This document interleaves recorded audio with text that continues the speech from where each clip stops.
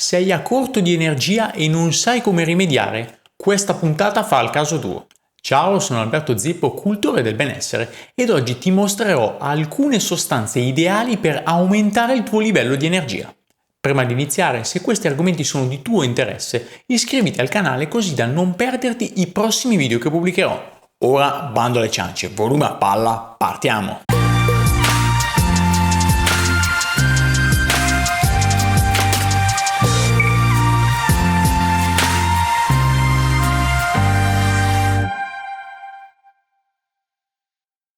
Tempo fa ho ricevuto un commento sotto ad un mio video con una richiesta specifica.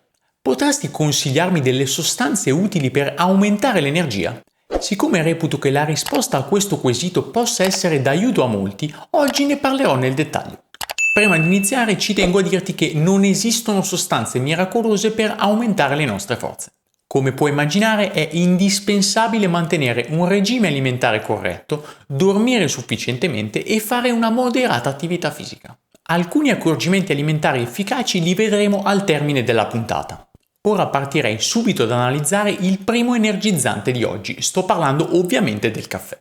Mi piace vincere facile, lo so. Il caffè è il primo alimento a cui si pensa quando si è fiacchi. Contiene caffeina, energizzante per eccellenza. Si tratta però di un cane che si morde la coda perché questa bevanda può fornire carica a breve termine. Il nostro obiettivo deve essere quello di non ritrovarci carenti di vigore nel lungo periodo. Per questo motivo il caffè non sarebbe il miglior alleato per riacquistare le nostre forze a lungo termine. In aggiunta reputo migliori altri due alimenti contenenti caffeina, come il cacao e il tè. Quest'ultimo contiene molti altri composti benefici che generano un'azione energizzante più duratura. Stesso discorso vale per il cacao, grazie al suo contenuto di teobromina, nota per le sue proprietà cardiocinetiche e vasodilatatorie. Passerei ora ad analizzare il secondo alleato di oggi, il ginseng. Si tratta di un altro energizzante molto conosciuto. Ne esistono 11 specie, una di queste è il ginseng siberiano, chiamato eleuterococco, di cui ho parlato in passato. La tipologia che analizziamo oggi è invece il Panax ginseng, che è la specie più utilizzata. È noto per contrastare stanchezza ed aumentare la tonicità, oltre ad avere proprietà afrodisiache essendo un efficace vasodilatatore. Viene sfruttato spesso nei periodi di spossatezza, ma anche per contrastare il raffreddore. Inoltre migliora la concentrazione e possiede proprietà anti-stress, riducendo i livelli di cortisolo. Possiede molte altre proprietà, ma non c'è tempo per analizzarle oggi. Se ti interessa un contenuto specifico, scrivimelo nei commenti così da realizzarlo in futuro. Accenno solo che è sconsigliato il suo consumo nei soggetti ipertesi e per chi assume farmaci anticoagulanti. Ti ricordo che non sono un medico e ti consiglio dunque di verificare con il tuo dottore se queste sostanze e le prossime possano fare al caso tuo. Il terzo elemento che potrebbe aiutarci è l'olivello spinoso. Dal contenuto di vitamina C superiore ai kiwi e agli agrumi, è una pianta ricca di nutrienti. È un noto antisettico e cicatrizzante, in grado di alleviare le infiammazioni del cavo orale e dell'apparato digerente. È utilizzato nelle creme solari come filtro UV, ma è perfino utile per migliorare la salute dei capelli e per nutrire la pelle. Nello specifico è ritenuto essere un ottimo ricostituente, in grado di contrastare sintomi influenzali, stanchezza e stress, aumentando dunque la nostra resistenza. È sconsigliato il suo consumo nei soggetti che assumono farmaci anticoagulanti e per chi soffre di pressione bassa. Il quarto alleato è molto più comune, si tratta del rosmarino. Pianta aromatica molto comune nelle nostre case, è un portento nel contrastare le infiammazioni, specialmente quelle respiratorie. È saggio infatti avere sempre in dispensa una boccetta di olio essenziale di rosmarino, giusto per le emergenze, oppure una piantina sul balcone o giardino. Migliora la circolazione sanguigna, regola il funzionamento dell'intestino e perfino i livelli di glucosio.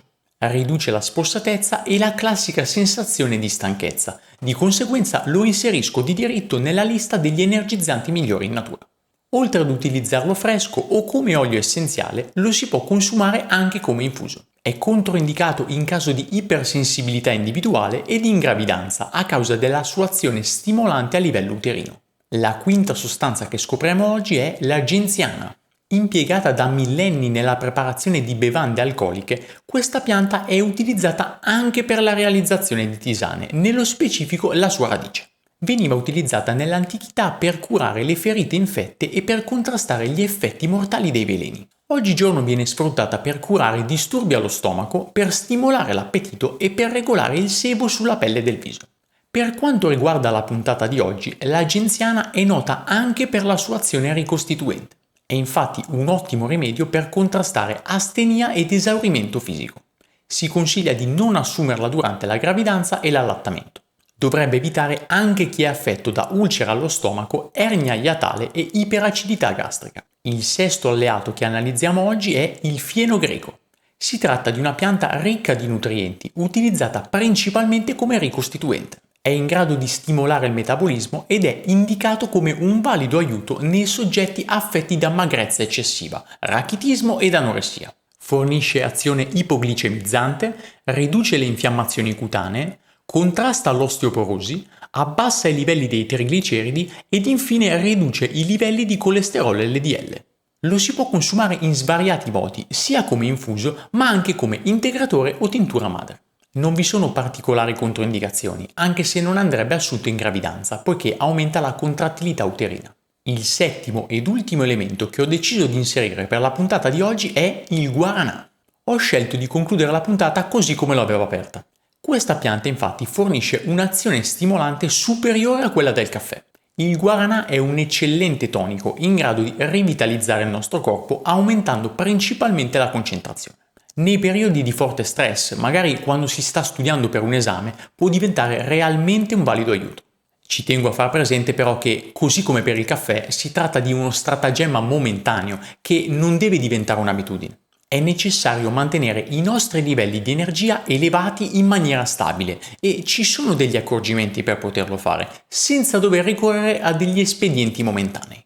In primis direi che non sono da sottovalutare le vitamine del gruppo B, in particolare la B1, nota come tiamina. Non a caso questa vitamina è conosciuta come la vitamina antistanchezza, nomea dovuta alla sua funzione di trasformazione dei carboidrati in energia. Ne sono ricchi i semi di lino, i pinoli, i pistacchi, ma anche la carne di maiale, gli asparagi ed il salmone. È utile anche assumere alimenti ricchi di omega 3 come il pesce azzurro, ma anche di folati, contenuto soprattutto nelle verdure a foglia verde.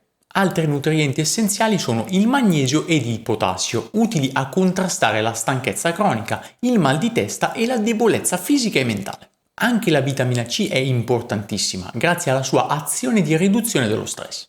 Avrei potuto citare molte altre sostanze, come l'aloe, di cui ho parlato già in passato nello specifico, ma anche svariate piante adattogene. Se ricordi però, in passato ho creato contenuti riguardanti questo tipo di alleati. Te ne lascio qui accanto uno da cui puoi trarre spunto. Spero di esserti stato d'aiuto anche oggi e ci vediamo al prossimo video.